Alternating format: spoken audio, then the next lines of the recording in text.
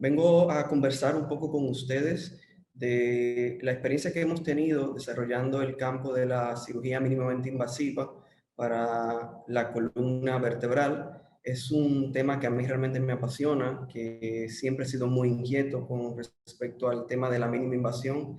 Eh, Entendí que era el camino a tomar y que iba a ser el futuro de la cirugía espinal. Tiene sus ventajas, tiene sus limitaciones y quiero compartirle un poco a ustedes pues las experiencias que hemos tenido durante estos años utilizando las técnicas de mínima invasión. Quiero aclarar que no tengo conflicto de interés en relación al tema que voy a realizar y comentarles que, como ustedes saben, porque lo viven diario, en las últimas décadas a nivel mundial, la expectativa de vida de las personas pues ha aumentado significativamente. Por ejemplo, en República Dominicana, comparando el 1960 con el 2020, pues la expectativa ha aumentado en más de 20 años para las personas. Y a nivel mundial, pues generalmente ha pasado algo muy similar. La verdad es que estamos realizando cirugías de fusión espinal cada vez más. Todos los días operamos pacientes que son más ancianos, con mayores comorbilidades, que presentan mayores estancias hospitalarias, que presentan mayores riesgos quirúrgicos y que tienen peores tiempos de rehabilitación. Es por esto que la tendencia mundial está cambiando a hacer cirugías que sean menos invasivas, que disminuyan más las estancias hospitalarias, los riesgos quirúrgicos y que mejoren los tiempos de rehabilitación. Y en esto entra el concepto de MIS, cirugía de mínima invasión en columna. A partir del 90 se viene dando un tema de minimalismo. Las grandes empresas que conocemos, pues todas han ido avanzando a ser más eficaces, más efectivas en cuanto a su forma de vender. Y es que el concepto de que menos es igual a más tomó un auge muy importante en la década de 1990 al 2000. Y ese es el concepto que utiliza la cirugía de mínima invasión. Es un conjunto de técnicas y son procedimientos que dependen de la tecnología y que la gran ventaja es que reducen el daño del tejido quirúrgico local y el estrés quirúrgico que causamos los cirujanos y permite al paciente una recuperación más rápida con menos comorbilidades. El concepto de mínima invasión no es solo realizar unas incisiones más pequeñas, tiene que ver con un posicionamiento más adecuado de la herida quirúrgica, un aspecto más cosmético de la cicatrización, un acceso o una ruta más rápida al área de la lesión, causar menos traumatismos en el abordaje, menos daños colaterales, obtener una exposición del área quirúrgica más adecuada y hacer más eficiente el target quirúrgico. Los posibles beneficios de esta cirugía, pues, es la reducción del dolor lumbar o cervical postoperatorios, porque se realiza menos manipulación muscular. Hay una mayor conservación de la vascularización de los músculos multífidos e ilios espinales. Permite retraer y traccionar y tomar muestra de tejido óseo de cresta ilíaca a nivel lumbar durante las mismas incisiones. Nos proporciona accesibilidad al espacio extraforaminal, que cuando hacemos el abordaje supraespinal medio, pues a veces es un poquito más difícil de acceder. Permite preservar la estructura ligamentaria como los ligamentos suprainterespinosos y es muy útil para colocar los tornillos debido a que el entry point nos queda en un target más perpendicular. Sobre cuáles son los beneficios directos demostrables de la cirugía de mínima invasión comparada con la cirugía abierta, por ejemplo, en el uso del TLIF en un solo nivel, pues múltiples estudios han demostrado los beneficios significativos. El primero de estos fue el estudio de John Park en el 2007, que aparece publicado en el Spine, donde nos muestran con una evidencia clase 2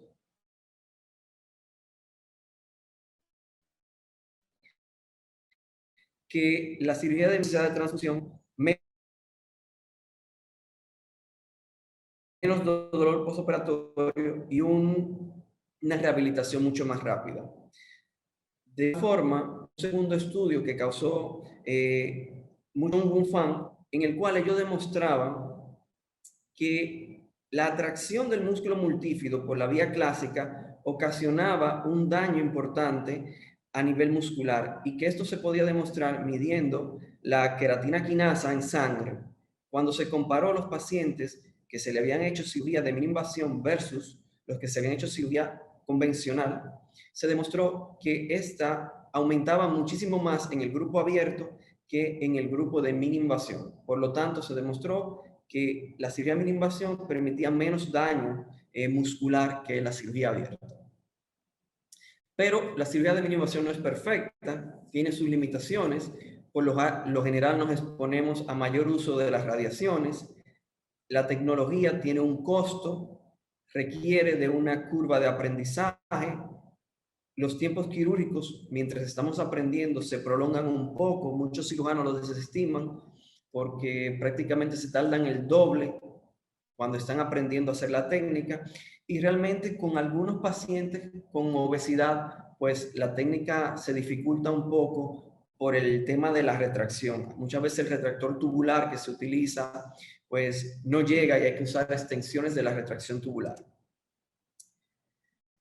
Como ustedes conocen, esto se usa para tratar enfermedad de disco, ¿no? Degenerativo, y esto es prácticamente como luce una columna sana, la cual permanece en buenas curvas, buen balance sagital, buen balance coronal, los discos bien hidratados, y parece como si fuera un carro nuevo, con gomas nuevas recién comprado, ¿no?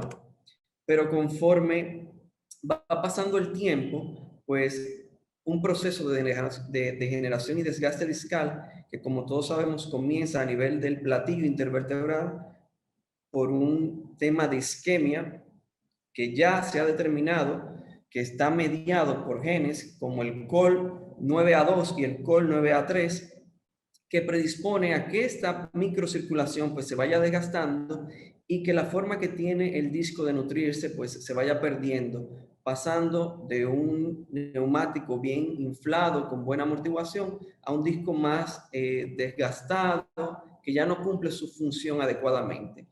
Eso va a traer a colación que la enfermedad degenerativa comienza a avanzar y comienza entonces a dañar los discos, dañar los segmentos vertebrales e inestabilizar al paciente. De aquí viene el concepto de inestabilidad vertebral, lo cual es la pérdida de la capacidad que tiene la columna vertebral para mantener alineadas las estructuras de forma que no se produzcan deformidades, movilidad normal, que no altere los espacios por donde atraviesan los nervios raquídeos o el saco dural con los nervios y la médula, y que no presente un compromiso, ¿no?, neurológico. Corresponde que la columna vertebral no está bien sujeta, de manera que las vértebras se mueven un poco más de lo normal. Y ese es el concepto básico de inestabilidad vertebral. Como sabemos, la técnica gold standard para tratar la inestabilidad vertebral monosegmentaria y multisegmentaria, pues es la fijación con artrodesis de la columna, que es lo que llamamos la fusión espinal. Es un tratamiento gold estándar para la inestabilidad de columna, pero que podemos utilizarla para tratar otro tipo de enfermedades como la DDD, las hernias discales recurrentes, algunos casos de tumores requieren una fijación por recesión del tumor, las fracturas, algunos tipos de espondilodicitis, que luego van a requerir pues una fusión para corregir la inestabilidad que queda, algunas estenosis foraminales y, como bien saben, pues utilizamos las fijaciones para tratar las escoliosis y las espondilolistesis ya desde hace mucho tiempo. Este concepto lo comenzó a desarrollar el doctor Cloward cuando en 1952 introdujo la técnica PLIF, pues la cual consistía en hacer una artrodesis intersomática a través del espacio posterolateral. Luego de esto, el doctor Wilset pues describe un abordaje más directo que no daña la musculatura multífida, que no daña el ligamento interespinoso ni supraespinoso, que es el abordaje paraespinal, el cual hace un avance entre las aponeurosis de los músculos. En 1982, el doctor Harms hace una variación de la técnica y hace el primer caso de Open TLIF. Él hace la primera artrodesis transforaminal siguiendo esta vía y utilizando entonces la vía media. El doctor Foley en el 2002 pues combina las enseñanzas del doctor Wilson del abordaje paraespinal y la técnica del doctor Harms de la artrodesis transforaminal y hace la primera artrodesis MIS-TLIF que fue realizada en el 2002.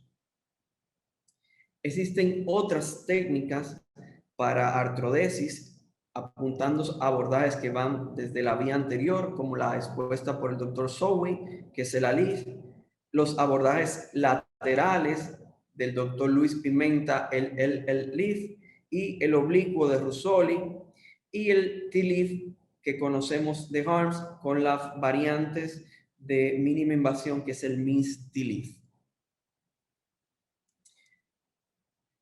En definición, un mini TLIF es una técnica para fijación, es una técnica circunferencial porque podemos fijar las columnas anterior y media y las posteriores simplemente por un abordaje posterior y que lo hace a través de la resección de las facetas articulares para poder acceder al espacio transforaminal. Y esta es la primera técnica de la que les quiero hablar la noche de hoy.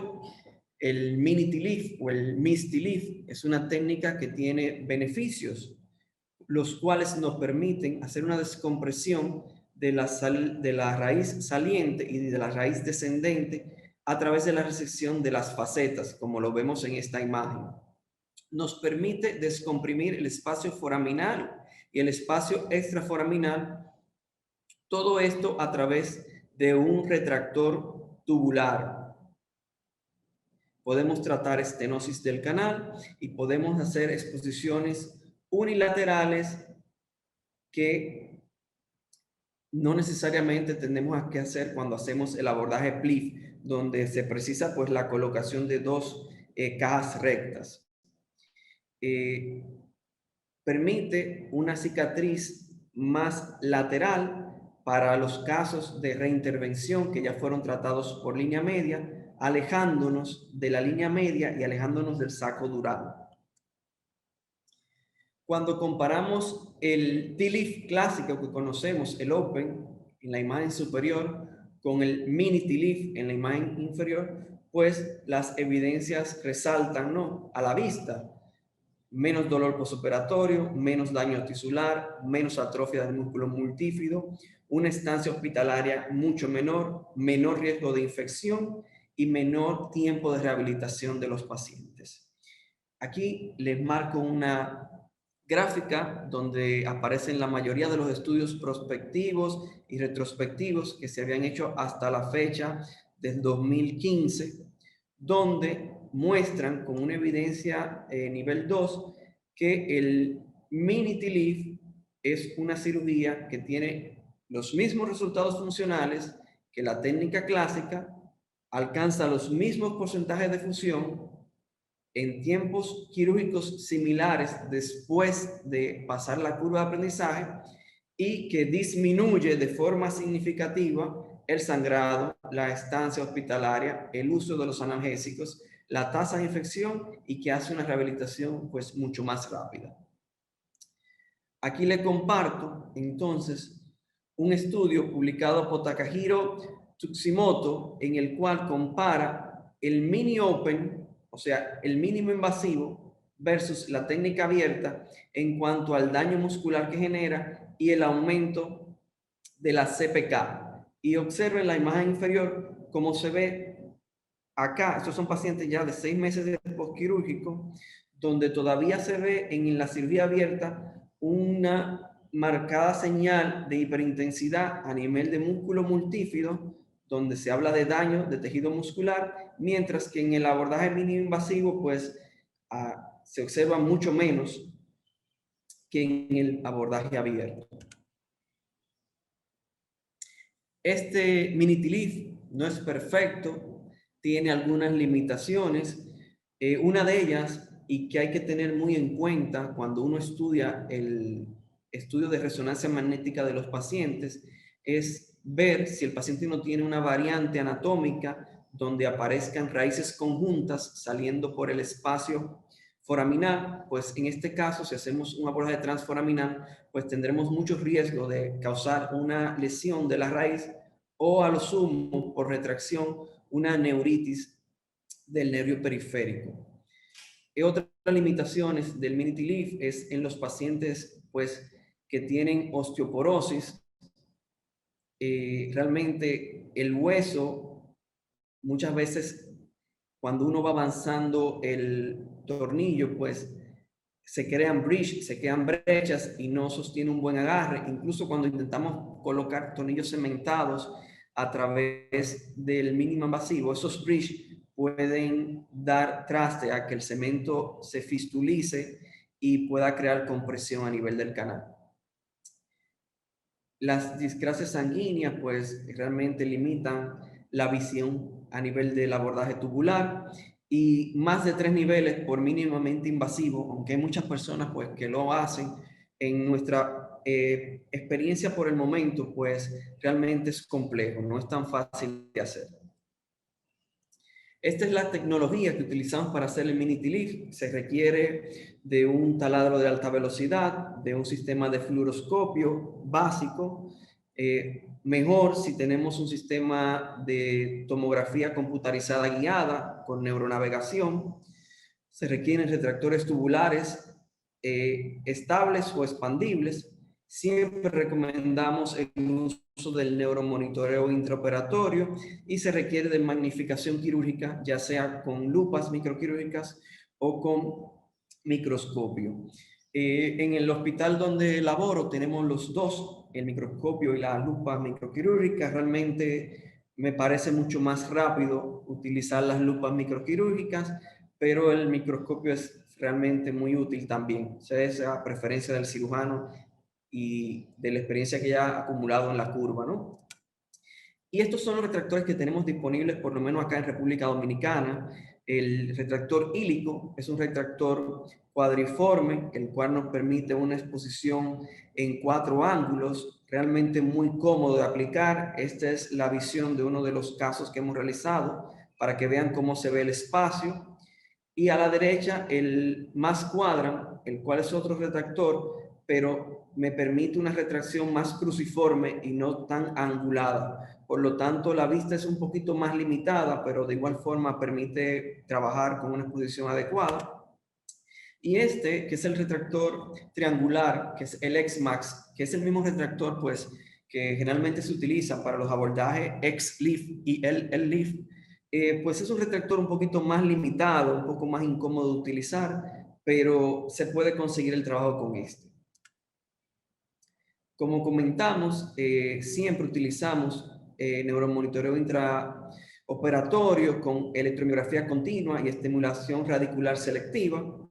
Siempre se utiliza de preferencia la activa como método anestésico y realizamos profilaxis antibiótica 30 minutos antes de empezar el procedimiento. Seguimos los pasos de la OSPINE y de las publicaciones del doctor Hartel de cómo se avanzan. Estas son las guías prácticamente con las que hacemos el abordaje mínimamente invasivo. Y acá le vamos a presentar unos cuantos casos de cómo nosotros hacemos este tipo de cirugía. Pues inicialmente lo que hacemos es una marcación quirúrgica con el fluoroscopio en postura anterior, marcando estos que son los ojos de buey que corresponden a los pedículos, y hacemos pues una marcación, ¿no?, con tinta sobre el iobán, de donde corresponderían pues la entrada de los pedículos y también marcamos los niveles donde se encuentran los discos intervertebrales.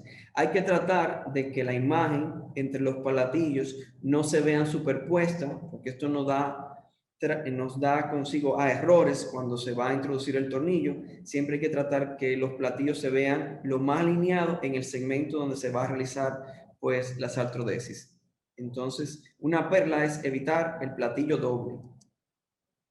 Acá observan las marcaciones, generalmente son a 4 centímetros, 4.5 centímetros de la línea media. Bien, podemos hacer incisiones en línea media de escolar o 2 incisiones laterales de esta forma, que es lo que realmente yo más utilizo. Y luego entonces realizamos el avance a través de los músculos iliocostal y el longísimo. Esta es la vía que utilizamos cuando vamos a hacer un TLIF. Se puede utilizar también la vía del multífido y longísimo, es un poquito más incómodo, pero se puede utilizar. Y cuando vamos a usar una técnica que voy a presentar que se llama el ILIF, que es la artrodesis extraforaminal, pues siempre nos vamos entre el longísimo y el iliocostal por esta vía. Entonces, para TLIF utilizo esta vía, para ILIF utilizo esta vía. Y aquí vemos ya en el transquirúrgico, pues cómo vamos pasando el cable K, el cable de Kirchner, a través de la guía fluoroscópica donde nos marca el pedículo. Luego utilizamos el sistema de dilatadores continuos y luego entonces colocamos el retractor. Pues en esta parte estamos haciendo la disección del tejido blando y lo que tienen a la derecha es más o menos la vista que tengo como cirujano, ¿no? Estos son los TP, los procesos transversos, el superior, el inferior. Este es el espacio donde va la membrana intertransversa. Por debajo veríamos el nervio raquídeo. Y aquí está entonces las facetas. Y esto que se llama pars es la faceta articular superior de la vértebra inferior. Acá estaría la línea media, la cabeza y las piernas. O sea que el abordaje me permite una buena visualización. Esta sería la representación gráfica de los huesos. Entonces, desde esta exposición, yo puedo utilizar 3 tipos de artrodesis. Puedo hacer las transforaminales, los TLIF, puedo hacer los PLIF si reseco la lámina, y puedo hacer los ILIF extraforaminales si solo reseco la pars y me voy a través de este triángulo, que es el triángulo de Camping, para acceder al espacio discal.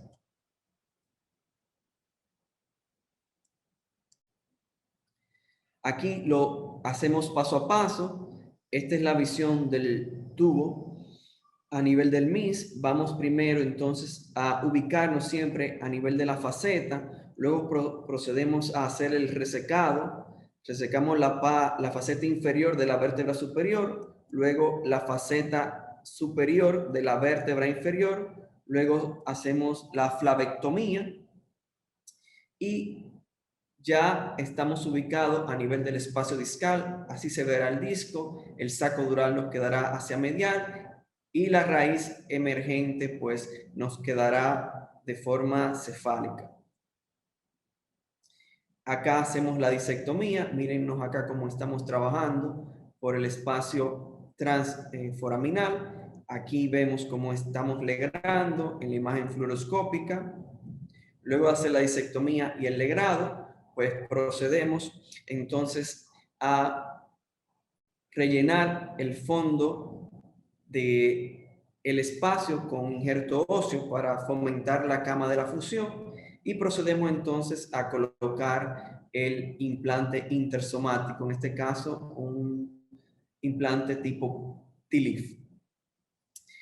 Algunas perlas para destacar en el flujo de trabajo es que se recomienda hacer un drilado desde el borde inferior de la lámina hacia superior. No tratar de hacerlo over the top, porque muchas veces podemos pues, perforar la lámina y perforar el ligamento y entonces se crean fístulas de líquido cefalorraquídeo que hay que marcar que las fístulas de líquido cefalorraquídeo siguen siendo más frecuentes en la cirugía abierta que en la mínima invasión. pero en mínima invasión se tiende a crear más durotomías incidentales. Eso lo voy a explicar un poquito más adelante cuando hablemos de las complicaciones, pero esto es una forma de prevenirlas. Luego de colocado, ¿no?, el injerto intersomático y la caja, pues procedemos a la colocación de los tornillos. Pasamos las agujas de Jamshidi, el cable de Kirchner, a través de los pedículos, y entonces en este momento es que hacemos la prueba con el neuromonitoreo y hacemos las pruebas con el mismo cable para ver si tenemos fondo. Aquí en la imagen de la derecha ya estamos avanzando pues los tornillos, y en la central se está realizando el tarrajado. Aquí observan donde ya luego de colocados los implantes intrapediculares, estamos pues avanzando la barra. Miren la colocación, miren aquí donde se observa la caja, y colocamos la barra. Estos casos, pues, que hemos realizado, ya los presentamos en el Congreso Internacional Dominicano de Neurocirugía y en el de Cirugía de Columna, donde expusimos nuestros primeros 20 casos de TLIF utilizando la técnica mínimamente invasiva, y los primeros 15 casos de ILIF utilizando las técnicas mínimamente invasivas. Y aquí les comparto pues uno de los casos, un masculino de 45 años con una lumbalgia mecánica, L5S1, EVA 8 de 10, con una radiculopatía L5S1 derecha, EVA 2 de 10 de la radiculopatía, era un dolor más mecánico, y una escala de Owenstreet de 40%, se observa acá en la resonancia magnética, un disco deshidratado, un Firman 3 con daño a nivel de la faceta. Cuando hacemos la tomografía, evidenciamos la espondilolisis con una listesis dinámica, grado 1, grado 2, cuando se pone en flexión. Y en este paciente, pues, realizamos una cirugía de mínimamente invasiva, un mini TLIF del segmento L5S1. Estas son cortesías del centro. Y este es el paciente 8 horas después de ser operado, donde ya está deambulando y donde vemos pues una mejoría significativa del dolor. Evidentemente no los resultados finales, los cuales se obtuvieron a los 3 meses de postquirúrgico, donde el paciente ya tenía un lumbago con un EVA 2 de 10 y una radiculopatía prácticamente imperceptible, una escala de Owenstreet de 10%. Se queja de vez en cuando hace ejercicio extremo, de un poquito de molestia en la espalda, pero una recuperación muy satisfactoria para él. A los 6 meses de seguimiento, el paciente luce con buena mejoría significativa, y aquí observan pues entonces las incisiones según la técnica de Wilson. Un segundo caso de esta técnica es una femenina de 57 años de edad, lumbago mecánico, EVA 8 de 10, radiculopatía L4 derecha, un EVA 2 de 10 de la radiculopatía, igual, más dolor mecánico que ciático, un Owenstreet del 50%. Y en este caso, pues decidimos entonces realizar una técnica unilateral. Realizamos entonces el abordaje unilateral con una técnica de TLIF, y aquí observan la correcta colocación de los implantes, la facetectomía, y acá en el axial, de igual forma, la correcta colocación de los implantes y la facetectomía del lado derecho. Aquí observan la paciente con una semana de posoperatorio. Esta es la incisión que tiene, una mejoría significativa del dolor lumbar y de la radiculopatía a los 3 meses de postquirúrgico, con 2 meses de terapia física coayudante. Entonces, eso es lo que podemos alcanzar por las técnicas de mini TLIF. Otra variante es el ILIF, que es el abordaje extraforaminal. Pues esto es una fusión intersomática que se realiza por el espacio extraforaminal con la remoción, ¿no?, de la pars articular a través del triángulo de Camping. Se puede hacer abierta o mínimamente invasiva. Hemos hecho de ambas y ya nos encontramos muy cómodos haciéndola de forma mínimamente invasiva. Esta técnica fue descrita por el doctor Didier Reculage y luego fue latinoamericanizada, ¿no?, por el doctor Japorski de Argentina, los cuales expusieron sus primeros 100 casos utilizando la técnica con muy buenos resultados. Esta técnica tiene algunas limitaciones, requiere de una curva de aprendizajes. Las espondilolistesis de alto grado pues son difíciles de tratar y difíciles de reducir por una técnica mínimamente invasiva. El segmento L5S1 es difícil de acceder porque el ala del sacro nos limita el acceso, aunque el doctor Altur hizo una variación de la técnica donde él hace una remoción con las Kerrison del ala del sacro para poder pasar el cajetín de forma extraforaminal y describe muy buenos resultados. Eso lo intenté una vez y no me funcionó. Tuve que transformarla a el TLIF y me quedé sin ganas de intentarlo nuevamente el L5S1 con el ILIF. Entonces prácticamente yo lo reservo para segmentos L3, L4, L4, L5, donde me ha funcionado de forma muy satisfactoria. Y acá les pongo un caso. Esto es un masculino de 78 años de edad con una lumbalgia mecánica, L4, L5, EVA 7 de 10, una radiculopatía L4, L5, EVA 5 de 10, con un Owen streak del 60%, tiene antecedentes de diabetes mellitus 2 y de síndrome de espalda fallida con fístula de líquido cefalorraquídeo. Bueno, brevemente les pongo el caso. Esto fue un paciente que había sido operado previamente de una laminectomía. Y en la laminectomía se provocó una fístula de líquido cefalorraquídeo.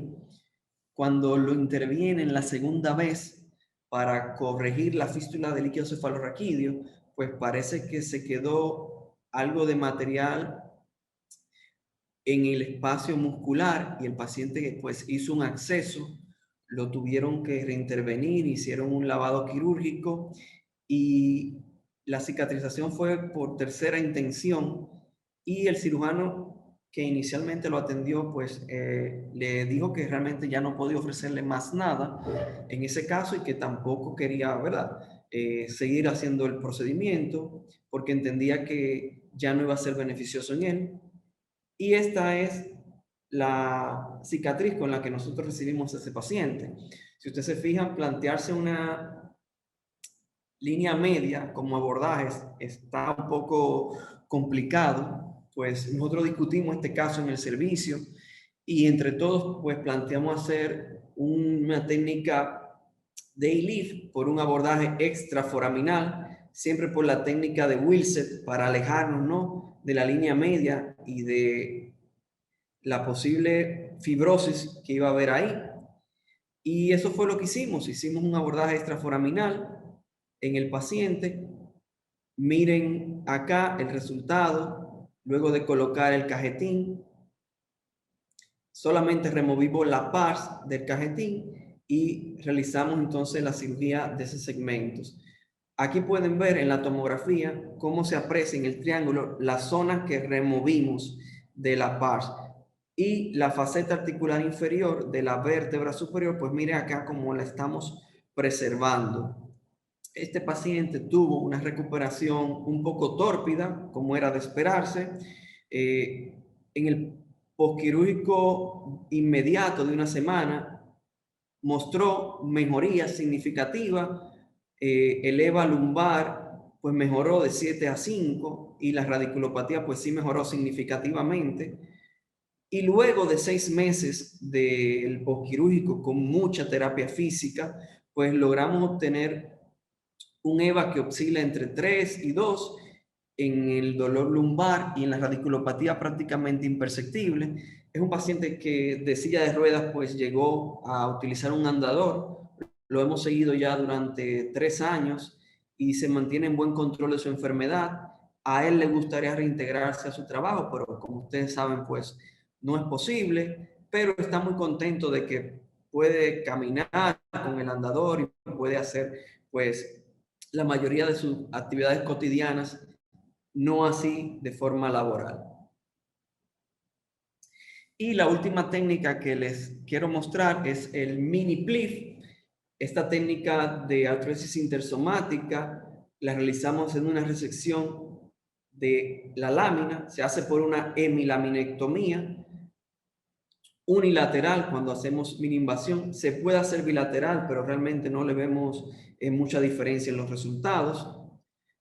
Siempre tratamos de no remover la faceta articular cuando vamos a hacer el PLIF y lo hacemos tanto de forma abierta como de forma mínimamente invasiva. En esta técnica tiene la limitación de que, por ejemplo, en el paciente anterior, la cicatriz epidural o la línea media pues no hubiesen dificultado realizar esta técnica. Las espondilolistesis de alto grado, pues realmente como toda técnica mini-invasiva se dificulta la reducción y es no recomendada utilizarla en enfermedades por encima del cono medular, pues la retracción que se haga a la médula pues puede ocasionarnos daños por compresión, los cuales no son deseados. Aquí tenemos un caso, un masculino, 55 años, lumbalgia mecánica con un EVA 5 de 10, disco en L5S1, pérdida de altura, una hernia discal que pues protruye en el espacio central posterolateral y un poco del foramen. En este caso, pues decidimos hacer una técnica de mini PLIF. Aquí estamos en el transquirúrgico y realizamos un mini PLIF unilateral. Aquí observan las imágenes controles. Miren cómo hacemos la resección solamente de la hemilámina y por acá avanzamos pues el cajetín y siempre hay que tratar de que el cajetín pues quede lo más central posible. Si nos queda muy lateralizado, pues entonces el paciente luego va a desarrollar una inestabilidad del plano coronal, se va a inclinar la construcción. Entonces, cuando se hace unilateral, siempre tenemos que tratar de que el cajetín quede bien en línea media o que cruce un poco la línea media. Este paciente, 6 meses de postquirúrgico, buen control de su enfermedad, un EVA 2 de 10 en el dolor lumbar y una radiculopatía prácticamente imperceptible. Él pudo reintegrarse a su trabajo, un trabajo de oficina, y le hemos dado a él 3 años de seguimiento y hasta ahora mantiene un buen control de su enfermedad. Hasta ahora él no presenta enfermedad de disco adyacente ni ninguno de los otros casos por el momento. Entonces, queremos comentar que realmente las técnicas de artrodesis mínimamente invasiva, pues son el día de hoy el estado del arte o de vanguardia de las técnicas de fusión espinal. Pero no todo es color de rosa. Son cirugías complejas, demandantes y como tales, pues ocurren complicaciones. Y me gusta siempre decir las complicaciones, porque las complicaciones pues son parte del aprendizaje. Las principales limitaciones y contraindicaciones de estas técnicas, como ya les comenté, son las espondilolistesis de alto grado. Espondilolistesis grado 3 y grado 4, en nuestra experiencia y en los reportes de la literatura, pues realmente son difíciles de reducir por técnicas de mínima invasión. Las osteotomías amplias, pues no se aconsejan realizarlas por técnicas de mínima invasión porque la exposición y la visión pues no es muy adecuada, es limitada. En los pacientes obesos que tienen diagnóstico de osteoporosis, pues realmente se dificulta bastante la visualización y se necesita utilizar retractores auxiliares para poder llegar al espacio. En anatomías alteradas, ya sean por cicatrices epidurales, rotaciones vertebrales como las escoliosis pues los landmarks, los targets, pues cambian y se dificulta la correcta colocación de los implantes pediculares. A mayor profundidad del hueso, desde el tejido de piel, pues más difícil va a ser para el retractor mostrarnos bien el espacio quirúrgico, y estas técnicas deben realizarse en un quirófano pues que conste con buena tecnología, que tenga buenas imágenes de fluoroscopio o imágenes mucho más avanzadas como tomografía intraoperatoria e incluso sistemas de navegación, pues son muy útiles.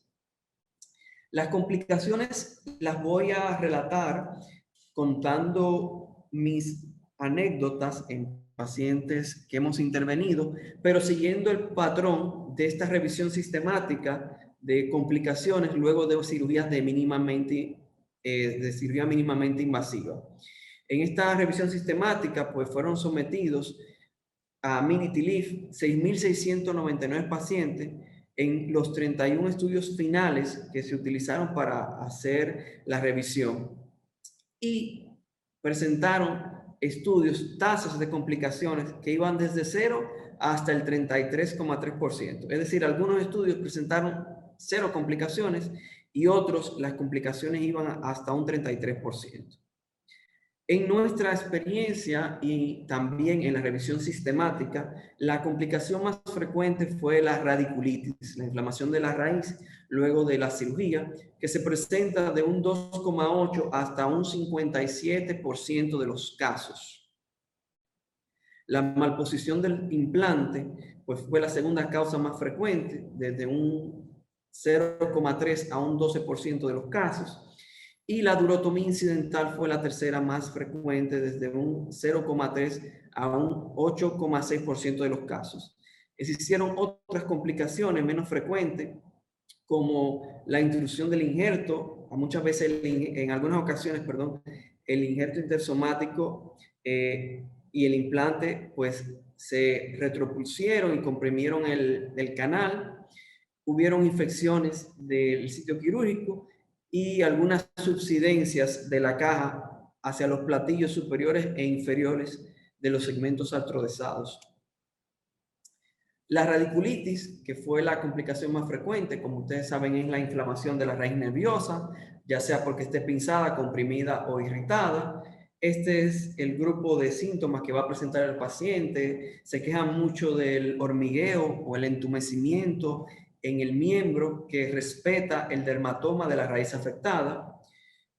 Una perla de la cual nos dimos cuenta es que cuando uno preserva la pars interarticular, pues se evita exponer a la raíz a compresión y se reduce entonces la posibilidad de radiculitis.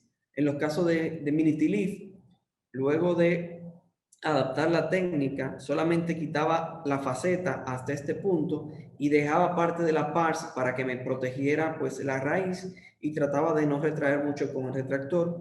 Eso disminuyó significativamente los pacientes que se nos quejaban de la radiculitis postoperatoria. Lo positivo de esto es que realmente responde muy bien al tratamiento farmacológico con AINES, opioides y esteroides.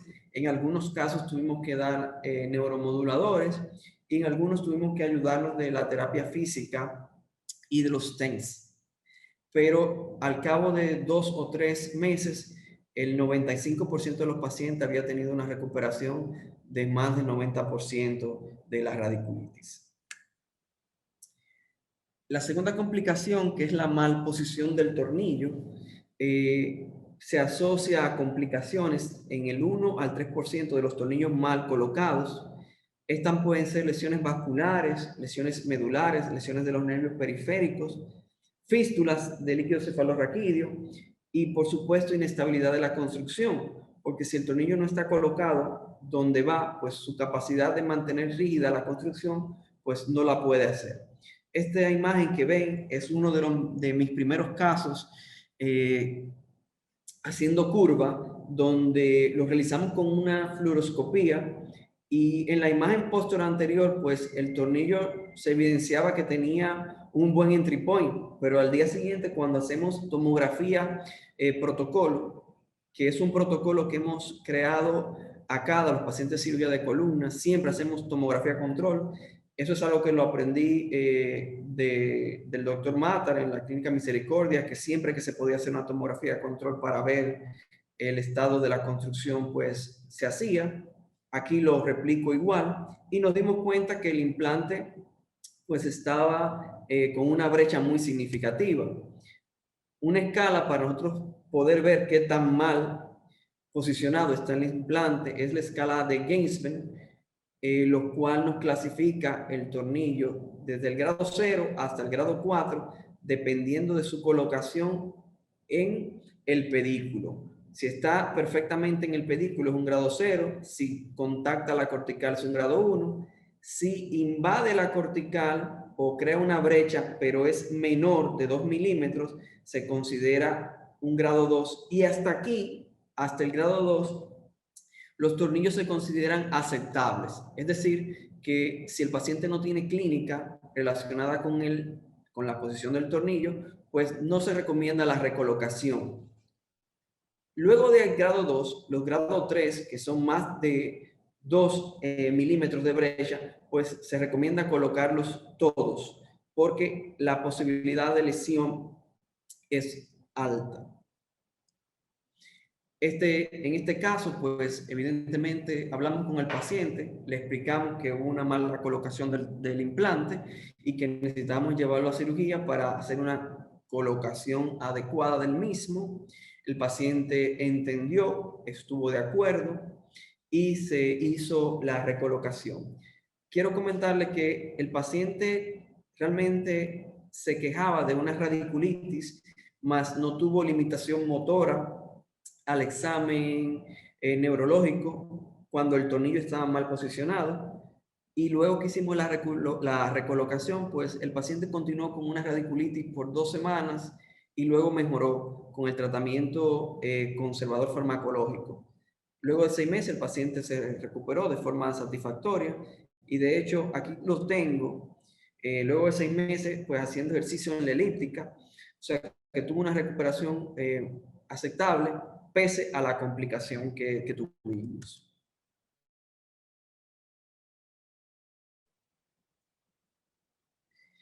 Esto de la medición incorrecta del implante, más que una complicación, es algo a tener en cuenta, pues sí está descrito que cuando el implante se coloca bicortical, pues presentan mayor stiffness, pero en algunos casos estos pueden lesionar estructuras vasculares. La mayoría de los tornillos tienen punta cónica que no son puntiagudas, o sea que es poco probable que causen una lesión vascular de los vasos ilíacos o de la aorta y la cava abdominal, pero siempre es bueno tener en cuenta, tener una medición adecuada del tornillo. Lo preferible es que llegue a un 80% del cuerpo y que no se salga de la cortical. Pero para que ustedes vean que no solo acá en República Dominicana, pues colocamos tornillos mal posicionados de vez en cuando, acá le traigo entonces una revisión sistemática que se hizo de la colocación de los tornillos utilizando guía fluoroscópica en 2 dimensiones. Y en este estudio, de 1.200 implantes colocados, se observa que tuvieron un rango de perforación de los pedículos de un 5%. O sea, utilizando la técnica fluoroscópica, un 5% de los tornillos que ellos colocaron, de alguna forma rompió el pedículo o estuvo mal posicionado. Entre ellos podemos ver que siguiendo la escala de Gainsborough, grado 2 tuvieron 1.5% de los tornillos, o sea, 18 en cantidad, los cuales no necesitaron ser recolocados. Bien,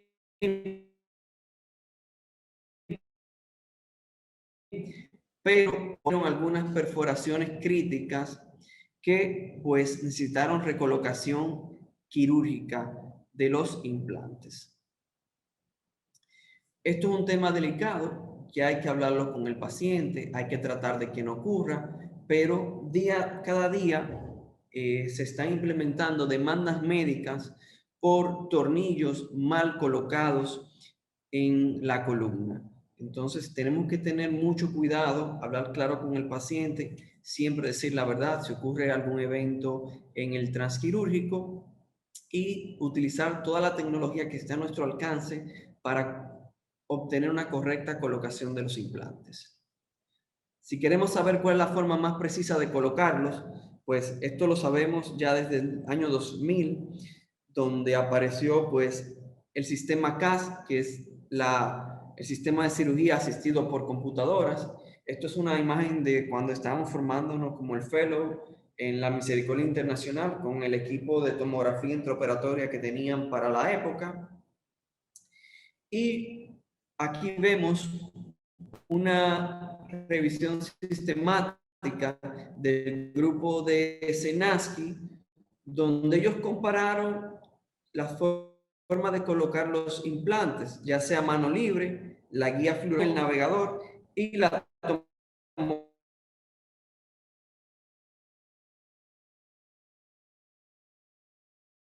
técnicas. Hicimos un estudio mientras estuvimos en la Misericordia Internacional sobre el uso de la tomografía intraoperatoria, y este estudio lo publicamos y lo presentamos en el Congreso Colombiano de Neurocirugía y luego lo presentamos en el Congreso Mundial de Neurocirugía, donde de 397 tornillos colocados, tuvimos una posición óptima, de 403 tornillos colocados, tuvimos una posición óptima de ellos en 397, para un 98.51% de los implantes.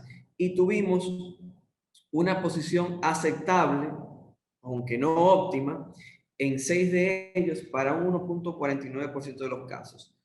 Nunca precisamos realizar una reintervención del paciente para recolocar tornillos utilizando la tomografía intraoperatoria. Otra de las complicaciones que pueden pasar, mucho menos frecuente, pero es la rotura, ¿no?, del cable K al momento de colocar el implante pedicular a través de ellos.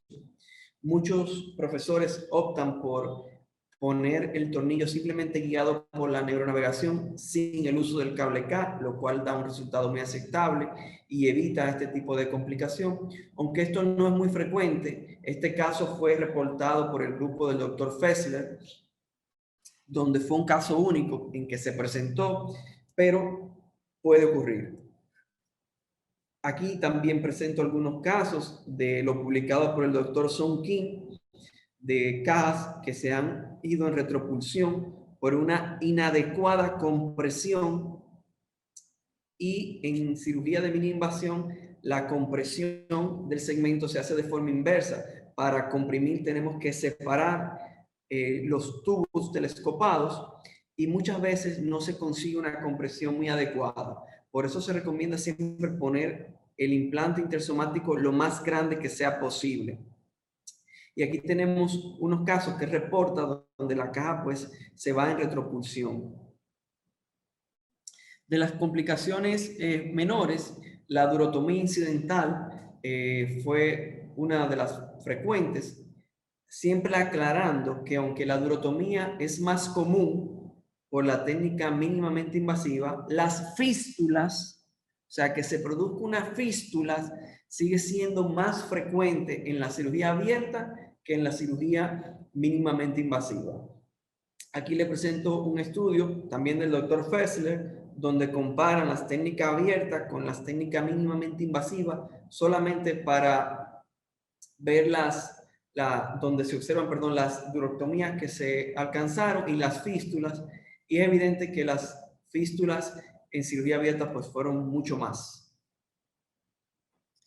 Las perlas para evitar las fístulas, como comenté antes, evitar el triliado over the top, siempre hacerlo desde el borde inferior de la lámina, y en caso de que ocurra, pues estar preparados. Se puede utilizar para repararlas el polietilenglicol, que es el hidrogel que nosotros conocemos, el Duracil, que obtiene muy buenos resultados. Podemos utilizar el parche de fibrina y el parche de músculo y espongotán. En el hospital público de acá, pues lo que utilizamos es el parche hemático y el músculo, y realmente hemos tenido muy buenos resultados. El Duracil realmente casi no lo he tenido que utilizar. Y también existen sets para reparar de forma mecánica la durotomía, como el set de Scanlan. Es compleja la técnica de repararlo por el tubo telescopado, pero se puede realizar, pero precisa una curva de aprendizaje y un entrenamiento importante. Y siempre no está mal, pues, uno ayudarse en caso de que tengamos fístulas del drenaje lumbar externo, que ha sido nuestro aliado confiable durante muchos años y que no ha dado muy buenos resultados. ¿Cómo evitamos complicaciones? Bueno, hay unas estrategias que debemos seguir. Uno es capacitar al equipo quirúrgico. Todo el que esté involucrado con la cirugía debe estar capacitado para conocer los pasos, y sobre todo los cirujanos deben capacitarse constantemente, participando en cursos, talleres sobre la técnica. Esto no es una cirugía para todos los pacientes. Hay que tener una selección adecuada del paciente para tener un resultado exitoso. Debemos obtener una configuración del quirófano óptima para no perder tiempo en rutinas de que falta este instrumental, que la enfermera que ayuda pues no se sabe cuál es el paso, que el tubo telescopado ese no es el nivel que lo quiero. O sea, el flujo de trabajo, pues hay que hablar con el equipo, hay que entrenarse, hay que practicar para que esto fluya, ¿no? Hay que tener un adecuado acceso y una visualización adecuada con buenos equipos de imágenes intraoperatorias. Hay que estar preparado para las fístulas porque van a ocurrir, y el neuromonitoreo siempre es indicado, sobre todo cuando se está aproximando el cable K, cuando se está atarrajando o cuando se está colocando el implante pedicular. Como conclusiones, entendemos que la artrodesis mixta son una alternativa segura y eficaz para tratar la inestabilidad lumbar, que los resultados son comparables a las técnicas tradicionales, pero presentamos menor tasa de infección, menor rehabilitación, una rehabilitación, perdón, mucho más rápida, mínimo sangrado comparando con la técnica abierta, y es útil para pacientes que ya han sido reintervenidos. Este es el equipo de trabajo del Hospital Darío Contreras, con los que nos sentimos muy a gusto realizando los procedimientos. Este es el equipo de la Plaza de la Salud, que siempre nos apoya y donde discutimos los casos, y también nos sentimos como una hermandad en el servicio. Y siempre agradecer a las personas, ¿no?, que nos enseñaron este bello arte, al doctor Matar, al doctor Maloff, al doctor Dow en la Misericordia Internacional, y al doctor Roger Hart en el Presbiteriano en Well Cornell. Pues muchísimas gracias, y si tiene alguna pregunta, pues estamos a la orden.